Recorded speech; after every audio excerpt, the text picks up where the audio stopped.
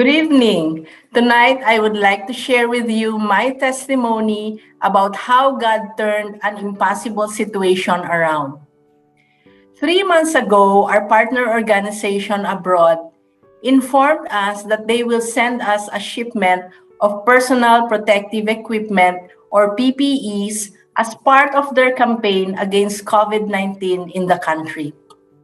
The shipment was sent on May 25 and arrived at the Manila North Port on June 4.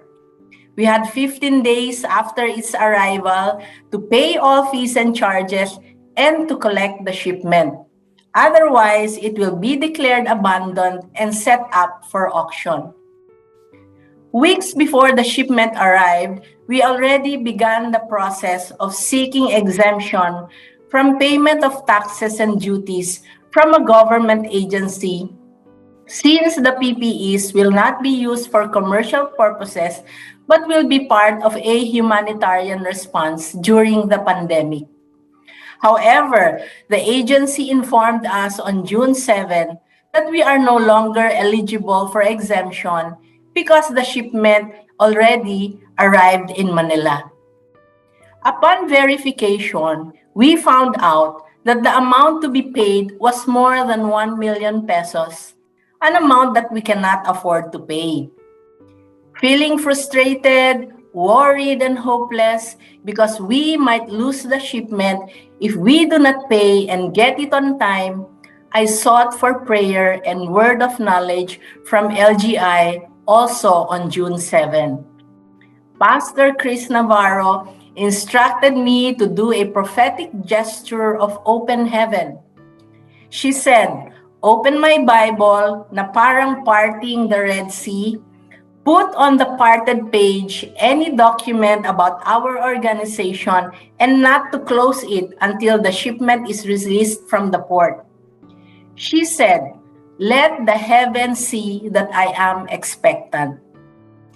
In another word of knowledge from LGI, I was instructed to post a prayer in LGI's prayer wall.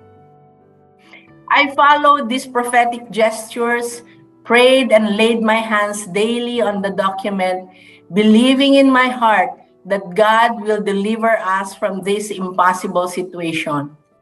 All I needed to do was to be still and trust God. Every day during our corporate devotion, we continued to pray for the release of the shipment.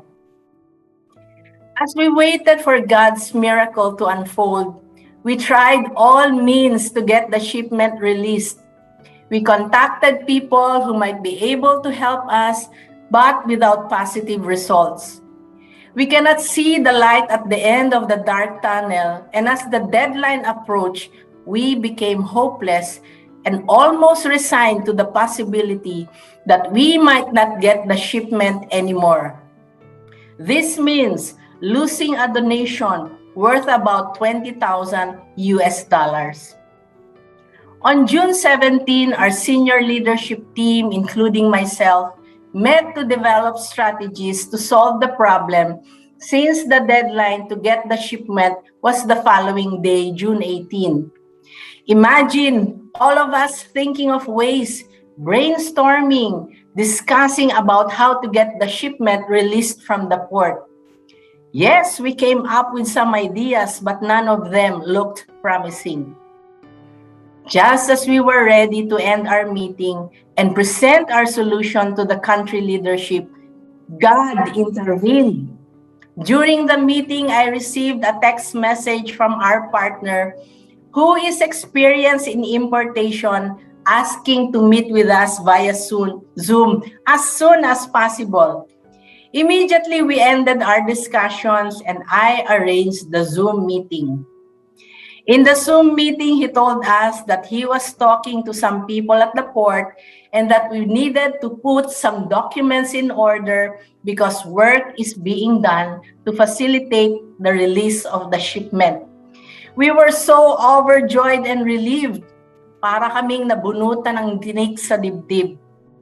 We complied with his instructions, sent the needed documents to him, and since then, we received one breakthrough after another every week that followed.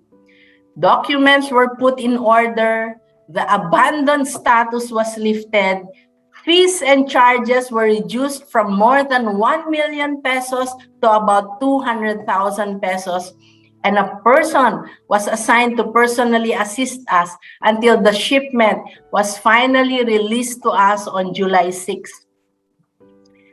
Just when we were at the end of what we can possibly think and do, God stepped in to miraculously rescue us. Pinigil ni God ang aming mga plano. Today, more than 250 boxes or 500,000 pieces of PPEs were already distributed to partners and individuals nationwide.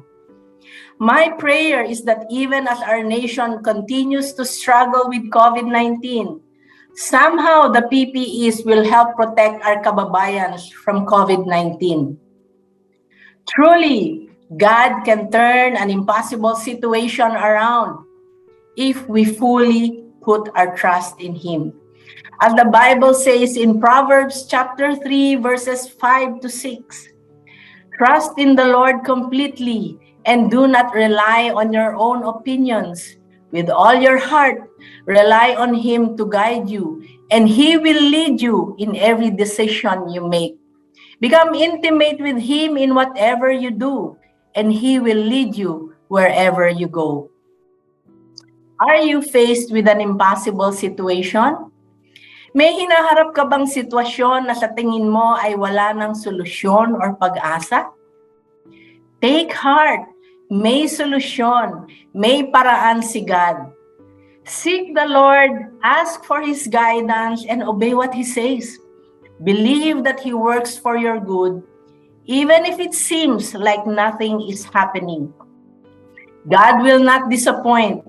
He will deliver. He will rescue.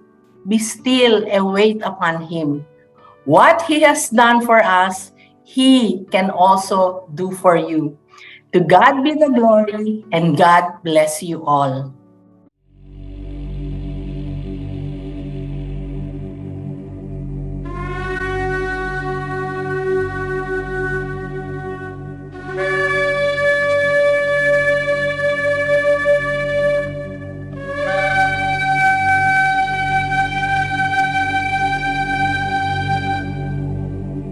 יברכך אדוני וישמרך.